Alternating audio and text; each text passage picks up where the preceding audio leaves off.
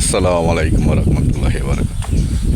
আসলে মাননীয় প্রধানমন্ত্রী শেখ হাসিনা এদেশের মেহনতি মানুষের জন্য কাজ করে গেছে, খেটে খাওয়া মানুষের জন্য।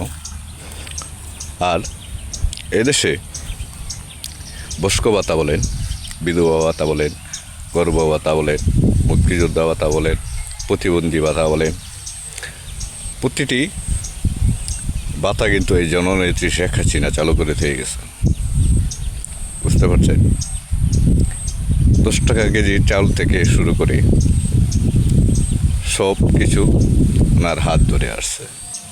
কিন্তু এখন এত কিছু করার পরেও এই বাঙালির কাছে কখনো নিমু খারাপ বাঙালির কাছে মূল্যবান নাই।